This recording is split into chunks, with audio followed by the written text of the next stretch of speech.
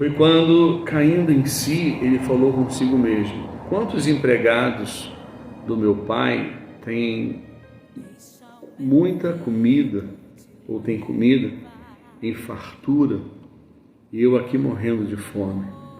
Levantar-me-ei e tornarei à casa do meu pai, ou irei de volta para o meu pai. E ao chegar, lhe confessou: Pai, pequei contra o Senhor, contra ti, contra o céu e contra ti. Não sou mais digno de ser chamado seu filho. Trata-me como um dos seus trabalhadores. Logo, em seguida, levantou-se e saiu da direção do pai. Vinha caminhando, ele ainda distante, quando seu pai o viu e, pleno de compaixão, correu ao seu encontro, ou ao encontro do seu filho, e muito o abraçou e o beijou.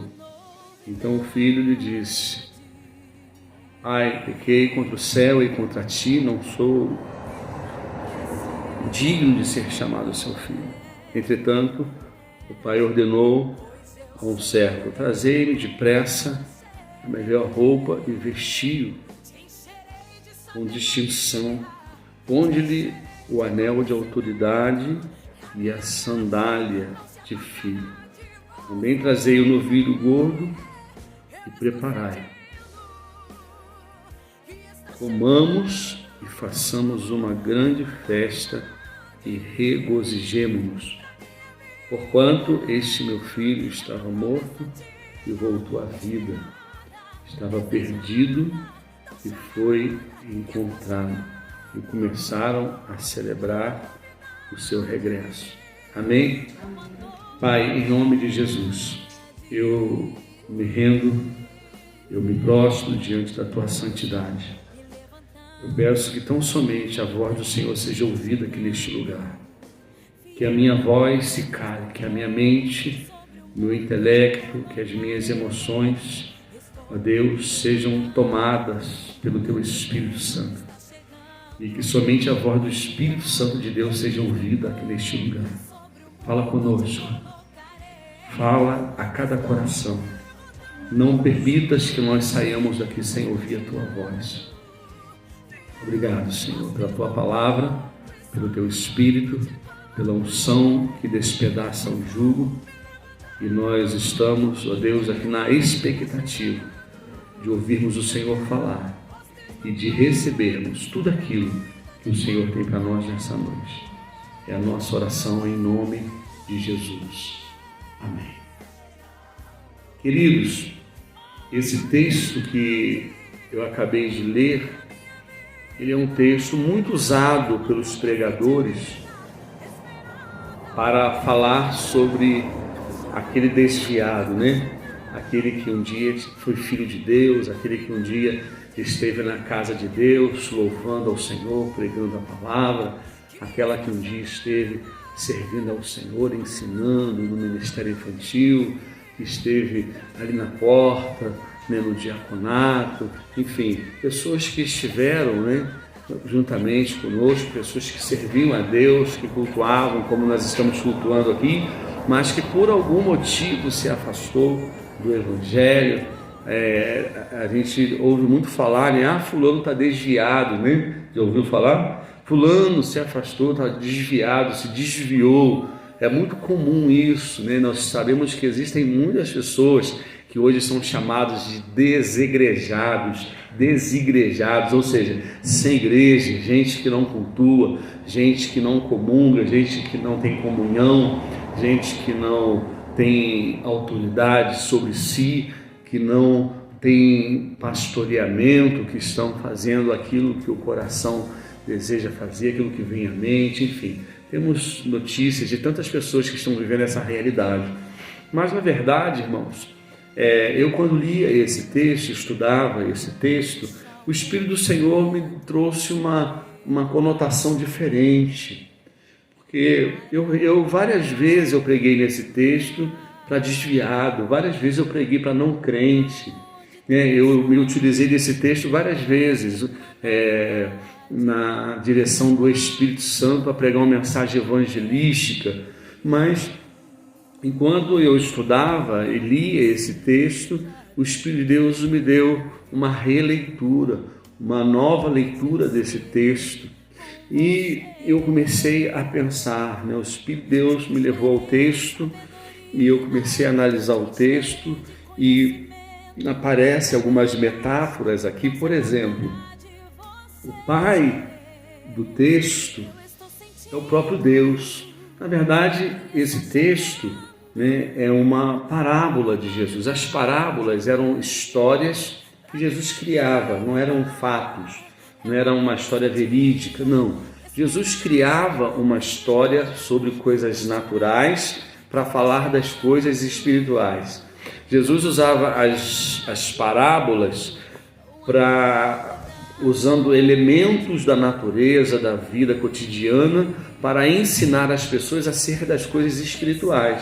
Porque se Jesus entrasse diretamente nas questões espirituais, possivelmente poucas pessoas alcançariam, poucas pessoas entenderiam. Mas Jesus tinha uma didática maravilhosa, e ele tinha nessas figuras de linguagem. Uma das figuras de linguagem de Jesus era a parábola. E a parábola era uma história que ele criava, como eu já falei, que apontava para coisas concernentes a Deus e as coisas concernentes ao reino de Deus. Então, na história que Jesus contou, o Pai é o próprio Deus. E ele diz que o pai tinha 2 filhos, um mais novo e um mais velho. E isso acontece, irmãos, de verdade dentro da igreja. Existem os filhos mais velhos, não é? Existem os mais maduros, existem aqueles que caminharam mais, aqueles que se aprofundaram mais na palavra, aqueles que já oraram mais, aqueles que se santificaram mais. Paulo, por exemplo, na primeira epístola, a primeira carta aos Coríntios, no capítulo 13, falando sobre amor, no meio daquele poema, que para mim é uma palavra poética, Paulo diz assim: quando eu era menino, eu agia como menino. Então no reino de Deus existem meninos. Capítulo 3, a primeira carta de Paulo aos Coríntios, Paulo fala assim: eu não posso falar com vocês como quem fala a adultos. Por quê? Porque vocês são meninos. Eu não posso dar para vocês alimento sólido, eu tenho que dar leite. Por quê? Porque vocês são crianças, meninos, vocês não cresceram. Porque um diz eu sou de Paulo, outro diz eu sou de Pedro, outro diz eu sou de Apolo. Ou seja, eu chego para visitar vocês e encontro uma igreja dividida, uma igreja sem unidade, uma igreja que está a favor de Pedro, só quer ouvir Pedro.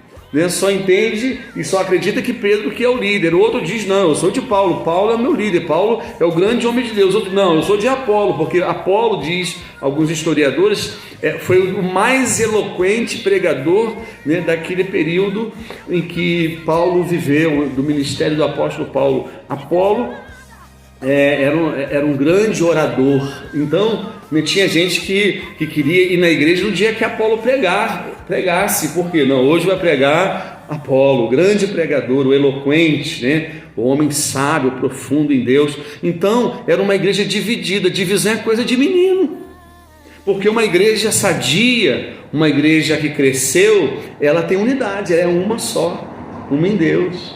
Amém?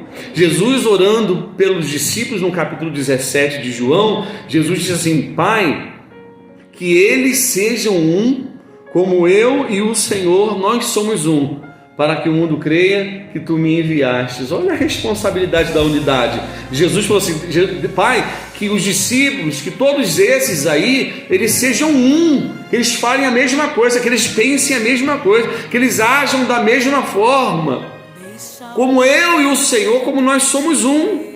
Para quê? Qual é o propósito da unidade? Para que o mundo creia que tu me enviaste. Friburgo só crerá que Jesus veio, morreu, ressuscitou e vai voltar se eles encontrarem em nós unidade. Forte isso, irmãos. Então existe o filho mais novo, o menino, o que divide, o que discute, o que briga, o que não se submete, aquele que se aborrece a qualquer coisinha já está se ofendendo. Mas existe o maduro, existe o mais velho. O pai tinha 2 filhos e, na verdade, o mais novo, por ser mais novo, geralmente o mais novo é o mais inconsequente, né? Não pensa muito no futuro, não tem responsabilidade. Tanto é que o texto diz que ele saiu de casa, né, e gastou o seu dinheiro irresponsavelmente. Como você vai esperar responsabilidade de uma criança? Como você vai esperar a postura de um homem num menino? O garoto, o moço, pegou a metade daquilo que o pai possuía e saiu pela vida. Foi para as noitadas, para as baladas, foi para os bares, para as boates, para os prostíbulos. E a palavra de Deus diz que ele gastou tudo o que possuía. E aí, coincidentemente, logo após ter gasto tudo o que possuía, a Bíblia diz que veio sobre a terra um tempo de fome. E, queridos, a Bíblia diz que as pessoas daquela região não davam àquele moço algo para ele comer. Ele conseguiu um emprego de cuidador de porcos. E a Bíblia diz que ele estava se alimentando da comida dos porcos. Jesus é o pão da vida. Quando nós servimos a Deus, Isaías 1 diz assim: olha, vinde, ouvi a voz do Senhor, obedecei a voz de Deus, porque vocês comerão o melhor da terra. Quando a gente obedece o Pai, quando a gente anda com Deus, quando a gente tem comunhão com o Senhor, quando a gente busca intimidade com Deus, a palavra do Senhor nos afirma que nós comeríamos o melhor da terra. Agora o moço estava comendo comida de porcos, que eu acho que é uma das piores comidas que alguém possa comer na terra. E nesse momento de escassez, de fome, ele teve um insight, uma ideia. Ele pensou assim: lá na casa do meu pai, os empregados do meu pai, os servos do meu pai, eles têm a melhor comida, eles comem bem, eles têm, né, comem do bom e do melhor. E eu estou aqui me alimentando de comida dos porcos. E ele fez algo interessante, irmãos. Ele falou assim: levantar-me-ei e irei ter com o meu pai. Guarda essa palavra: levantar-me-ei e irei ter com o meu pai. E ele indo em direção à casa do seu pai, eu imagino a ansiedade, o nervosismo, as mãos suando, né? A testa suando, aquela angústia, aquele medo. Ele não sabia o que ele ia encarar de frente. E ele começou então a decorar um texto. Ele foi falando assim em direção à casa do pai, né? Eu vou dizer para o meu pai: pai, eu pequei contra o Senhor, eu pequei contra o céu. Ele já foi decorando o texto. Ele estava nervoso, angustiado, né? Ele estava com certeza com medo de receber um não do pai. Ele estava com medo do pai, né, rejeitá-lo, né, e mandá-lo embora. Não, você pegou tudo que você tinha, você pegou a metade da minha riqueza, você jogou tudo fora. Eu não tenho parte com você mais, eu não quero mais saber de você. Vai embora, você não é meu filho mais, eu não reconheço mais você como ninguém. Talvez essa seria a preocupação do moço. Mas a Bíblia diz, irmãos, que ele, quando se aproximava da fazenda, eu fui criado na roça, então eu fui muito em fazenda. Onde eu morava, as fazendas tinham porteira. Tinha a porteira grande e do lado da porteira tinha um mata-burro. Sabe o que é isso? Mata-burro é quando tem uma madeira aqui, uma aqui e outra ali. Aí a gente faz assim e assim. Mata-burro porque para o burro, para o animal não fugir. Mas quando ele olha lá no horizonte, ele viu uma cena E eu acredito que ele ficou de boquiaberto, porque não estava somente a porteira, mas além da porteira, além do portão que havia ao lado, estava o seu pai, parado, posicionado, como quem está aguardando, como quem está esperando.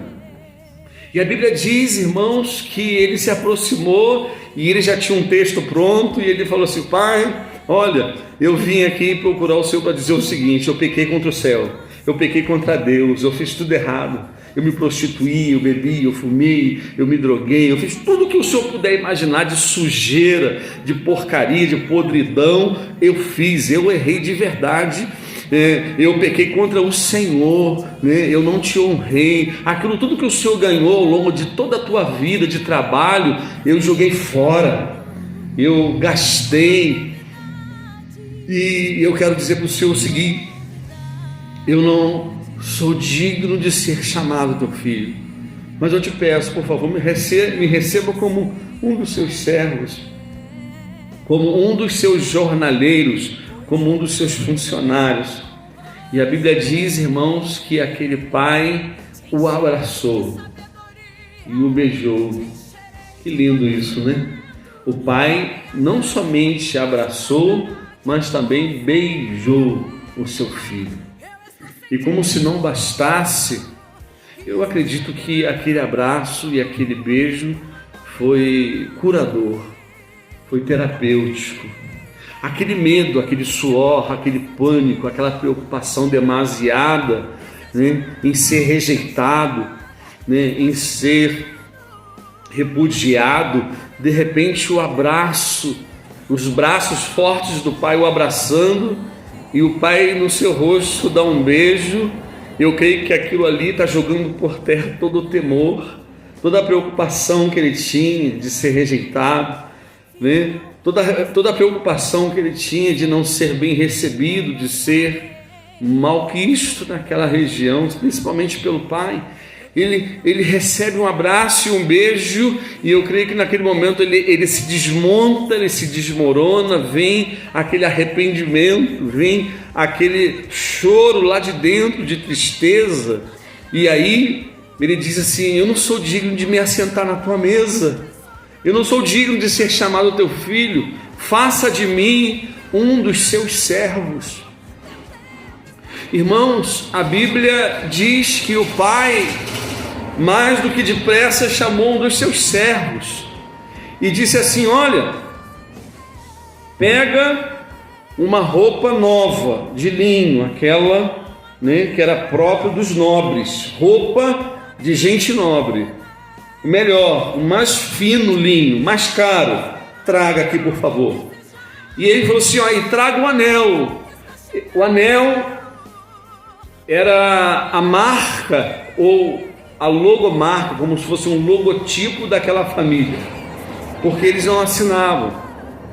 Eles, quando escreviam carta, eles derretiam a cera, lacravam, e eles colocavam o anel sobre aquela cera, e ali ficava o brasão da família. Toda a família importante, todos os ricos, os nobres, eles tinham uma marca. E o anel, ele falou assim: traga o anel da família, da autoridade. Olha o que ele falou: não traga qualquer anel, traga o anel da autoridade. E traga a sandália própria para um filho. Eu penso que era diferente. Devia ser um couro melhor, devia ser muito mais bem feita, mais bem elaborada. E falou assim: ó, e traga um novilho, mate-o, faça aí um grande churrasco, uma grande festa com comida e bebida, porque esse meu filho, ele estava morto e reviveu. Ele tinha sumido, estava perdido e foi achado. E quando eu estava estudando essa história, eu sabia, logicamente, que Deus era a figura do pai. E quando eu fui pensar na figura do filho, a minha tendência é pensar no desviado. A minha tendência é lembrar de alguém da minha família que se afastou de Deus. A minha tendência é pensar e lembrar de um amigo que já serviu a Jesus comigo e que hoje está distante dos caminhos do Senhor. A minha inclinação é lembrar daquela pessoa que eu já pastoreei, que eu batizei, que eu consagrei e que hoje está de volta na bebida, hoje está se drogando, infelizmente. A minha tendência é pensar naquele que um dia esteve conosco e hoje já não está mais. Mas o Espírito Santo de Deus falou algo muito forte comigo. Diz assim: sim, o Pai é Deus, porém o pródigo é você. Eu pensei, que isso, Senhor? A gente começa a querer repreender em nome de Jesus, né? Está amarrado, né, em nome de Jesus. Que negócio é esse? Eu sou pródigo nada, eu sou filho. Não, o pródigo é você. Não, Senhor, eu não sou pródigo não, eu sou teu filho. Que negócio é esse de pródigo? Aí Deus disse assim para mim: quando o filho desobedece o pai, ele é pródigo. Quando o filho faz aquilo que não agrada o pai, ele é pródigo. Quando o filho se afasta do pai, ele é pródigo. Quando o filho deixa de ter contato com o pai, ele é pródigo. Quando o filho deixa de estar com o pai e passa a viver uma vida tão somente gastando aquilo que o pai lhe deu, ele é pródigo. Então Deus falou assim comigo: você tem que parar de olhar para o pródigo que está fora de você, e você precisa dar atenção ao pródigo que está dentro de você. E o que é isso, Deus? Deus falou assim: quando você fecha a Bíblia, você não está falando mais com o pai, você é pródigo. Quando você fecha a Bíblia, o pai não fala com você mais, então você é pródigo. Quando você para de orar, quando você para de gastar tempo com Deus em oração, você está se afastando de Deus, você é pródigo. Quando você já não tem mais aquele tempo de qualidade, de elogio, porque louvar é elogiar, quando você já não se dobra mais para adorar, quando você já não procura mais o Pai, tão somente para dizer: Pai, eu te amo, você é pródigo. Você gasta a saúde, você gasta o tempo, você gasta a unção que eu te dei, você gasta os recursos que eu te dei, mas você está distante de mim, você se afasta de mim, e o que você faz é gastar tudo que eu te dou, tudo que eu te dei, tudo que eu tenho te dado, você gasta. Você gasta tempo com tanta coisa, você gasta o que eu te dou em termos de dinheiro com tantas coisas, você gasta a tua saúde com tantas coisas. Você vira as costas para mim e sai por aí gastando aquilo que eu tenho te dado de forma irresponsável. No entanto, o pródigo da história não é aquele que está lá fora. O pródigo é você. Irmãos, nós somos pródigos quando deixamos de ouvir a voz de Deus. Nós somos pródigos quando já não temos mais vontade de falar com o Senhor. Somos pródigos quando deixamos de fechar a porta do nosso quarto. Estou pregando para mim, irmãos.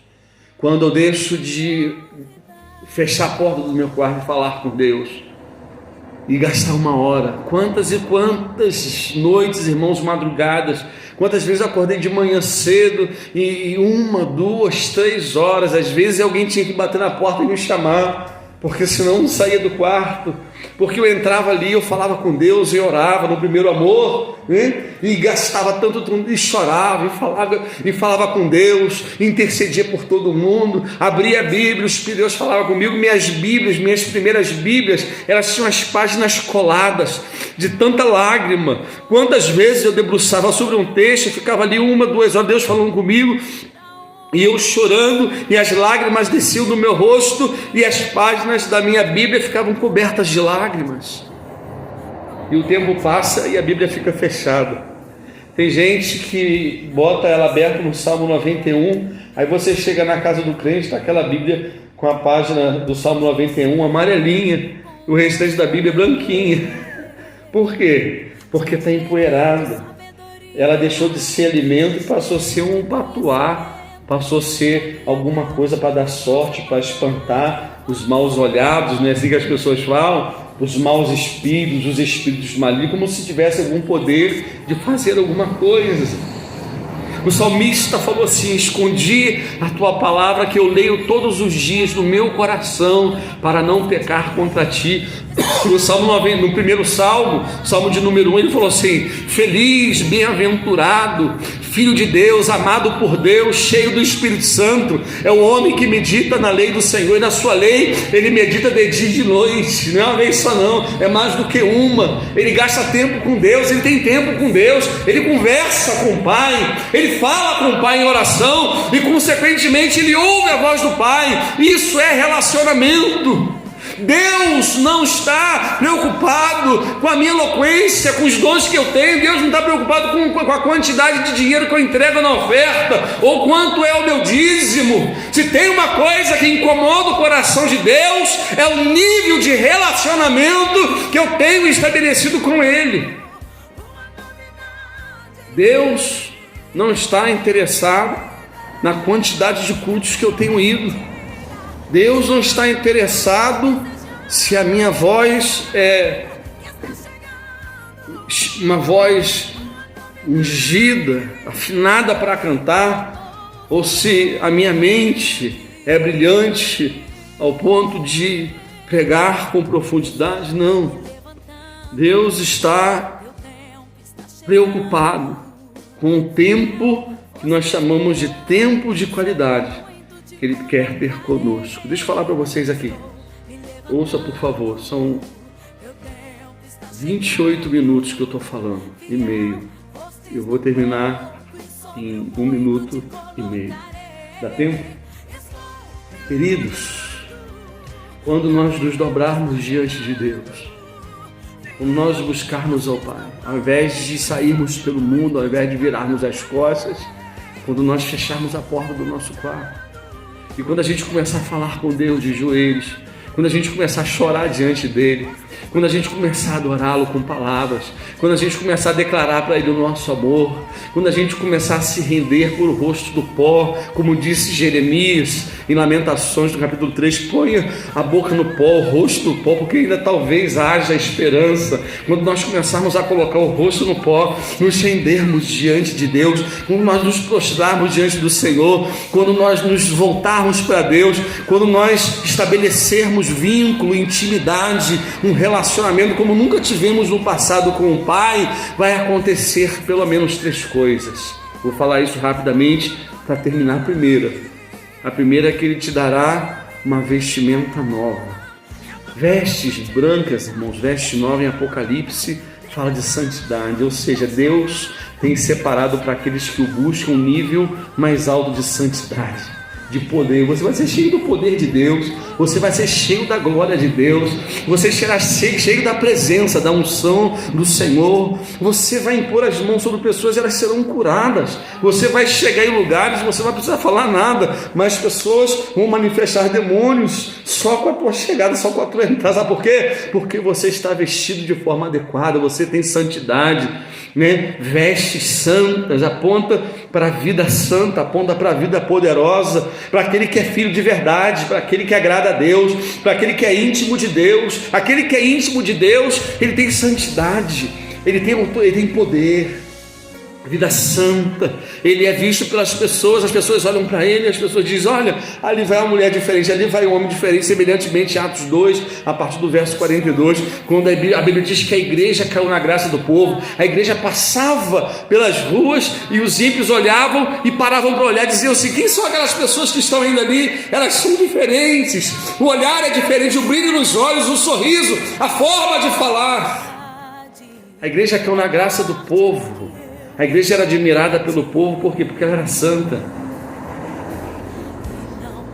Mas também, quando a gente se volta para Deus, quando eu deixo de ser pródigo, quando eu deixo de menosprezar, de desprezar a figura do Pai, quando eu passo a valorizá-lo, quando eu passo a desejá-lo, quando eu passo a amá-lo mais do que tudo, Ele coloca no meu dedo um anel, né? Esse anel tem a ver com autoridade. Esse anel confere a você poder. né, sobre o inferno. Jesus falou assim: vocês imporão as mãos sobre os enfermos, eles serão curados, né, e vocês expulsarão demônios. Olha só o que Jesus falou. Jesus falou que nos daria poder sobre os demônios, sobre os espíritos malignos. Num determinado momento, Jesus falou assim: vocês pisarão em escorpiões e em serpentes. Deus está falando assim: vocês vão expulsar demônios, vocês terão poder sobre os demônios. É o que diz a palavra do Senhor. Quando nós nos voltamos ao Pai, quando nós nos rendemos diante dEle, fazendo a vontade dEle, Ele coloca em nosso dedo o anel. Ele diz assim: Ele não é criatura, Ele não é meu servo, Ele não é meu jornaleiro, Ele não é meu funcionário, Ele é meu filho. Esse anel que está no dedo dEle diz que Ele é meu filho, e como meu filho, Ele tem autoridade. Eu dou a Ele autoridade para usar o meu nome, o meu sobrenome. Eu sou com Ele, eu sou na vida dEle. O que Ele precisar, eu faço. O que Ele precisar, eu dou, porque Ele não é bastardo, Ele não é apenas um funcionário, Ele é filho. Queridos, Deus vai nos dar autoridade. Deus vai nos conferir autoridade de filhos da terra. Nós não seremos pessoas comuns, não. As pessoas olharão para nós e elas dirão assim: não, ali vai um filho de Deus, porque os milagres fluirão, porque as bênçãos do Pai fluirão sobre nós, sobre os que somos os seus filhos. Queridos, mas não somente autoridade espiritual. A autoridade, queridos, é quando dentro da nossa casa começam a surgir problemas. Surge às vezes um falatório, às vezes começa um bate-boca, às vezes na nossa casa é comum, na casa de todos nós. De repente alguém vai discutir, um filho, uma filha com a mãe, com o pai, com o irmão, e aí você fala assim: em nome de Jesus, todo demônio que se levanta contra a minha casa, contra a minha família, pode bater em retirada em nome de Jesus. Isso é autoridade. Isso é autoridade. Enfermidade na minha casa não. Você pode ir embora em nome do Senhor Jesus, porque quem está falando aqui é um filho de Deus. Vai embora em nome de Jesus. Isso é autoridade. Mas também Ele dá sandália. A sandália, quando você volta-se para Deus, quando nós nos voltamos para Deus, quando nós nos prostramos diante dEle, quando nós o adoramos, quando nós buscamos a face dEle, quando nós temos prazer em estar com Ele, Ele coloca em nossos pés uma sandália. A sandália fala da pregação do Evangelho, a preparação, né? Calçai, capítulo 6, a partir do verso 10 de Efésios. Calçai a sandália da preparação do Evangelho da paz. Tem outro texto que diz assim: quão formosos são os pés daqueles que anunciam as boas novas. Quando nós somos filhos de Deus, irmãos, nós temos santidade. Quando nós nos voltamos para Deus, Deus leva-nos a viver na dimensão de santidade. Mas não somente isso, Deus nos dá autoridade, Deus nos dá poder. Nós nunca mais seremos os crentes que fomos no passado. Passamos a ser cristãos cheios de autoridade. Mas também Deus agora nos dá incumbência.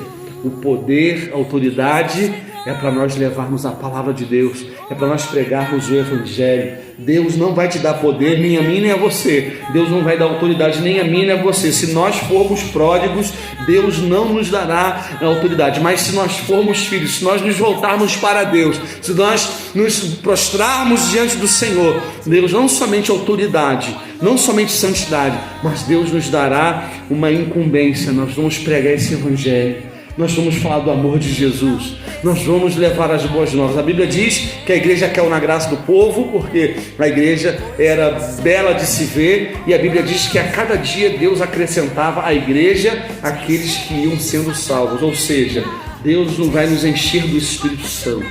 Nós não seremos pródigos, irmãos. Nós seremos filhos. Nós teremos santidade. Nós teremos autoridade e, consequentemente, a nossa vida será um canal poderoso de Deus para a salvação da nossa família. Quem crê que a família toda será salva, diga amém. A nossa família será salva, os nossos vizinhos serão salvos, a nossa rua será salva, o nosso bairro será salvo, a cidade em que moramos se renderá aos pés do Senhor. Receba essa palavra em nome de Jesus e que Deus abençoe a minha e a tua vida em nome do Senhor Jesus. Estou me levantando, teu tempo está chegando, fiel. fostes no pouco e sobre o muito te colocarei. Estou me levantando, meu tempo está chegando.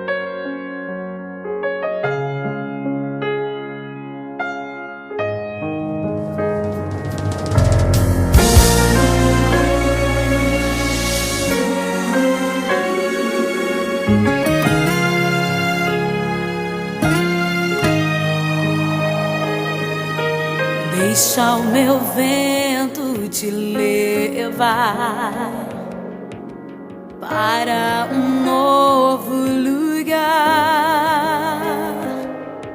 pra onde tu não sabes. É uma novidade, é parte do que eu prometi. E não precisa temer, pois eu serei com você. Te encherei de sabedoria, te encherei de conhecimento, e a minha graça não se apartará de você. Eu estou sentindo que está chegando uma novidade pra minha vida. É uma promessa antiga, esperada, desejada, tão chorada, que está chegando. Uma novidade, uma novidade.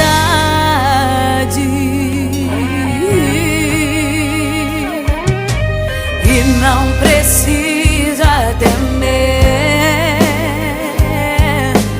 pois eu serei com você.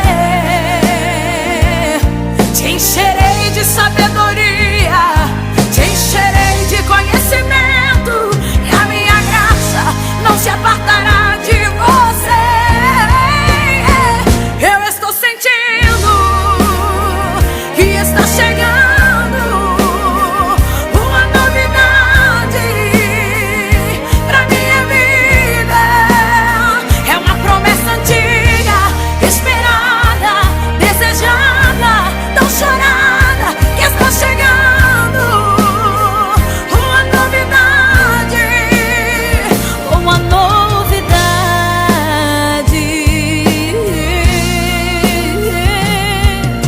Estou me levantando, teu tempo está chegando.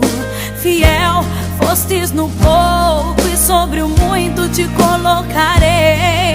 Estou me levantando, teu tempo está chegando. Fiel fostes no pouco, e sobre o muito te colocarei. Estou me levantando, teu tempo está chegando. Fiel fostes no pouco, e sobre o muito te colocarei. Estou me levantando, teu tempo está chegando. Fiel fostes no pouco, e sobre o muito te colocarei.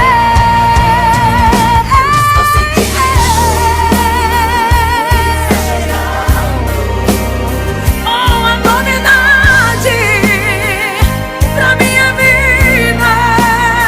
É uma promessa antiga, esperada, desejada, tão chorada, que está chegando.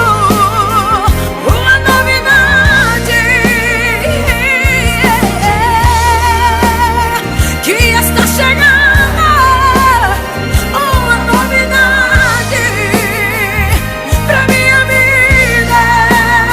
É uma promessa antiga, esperada, desejada, tão chorada, que está chegando. Uma novidade, uma novidade.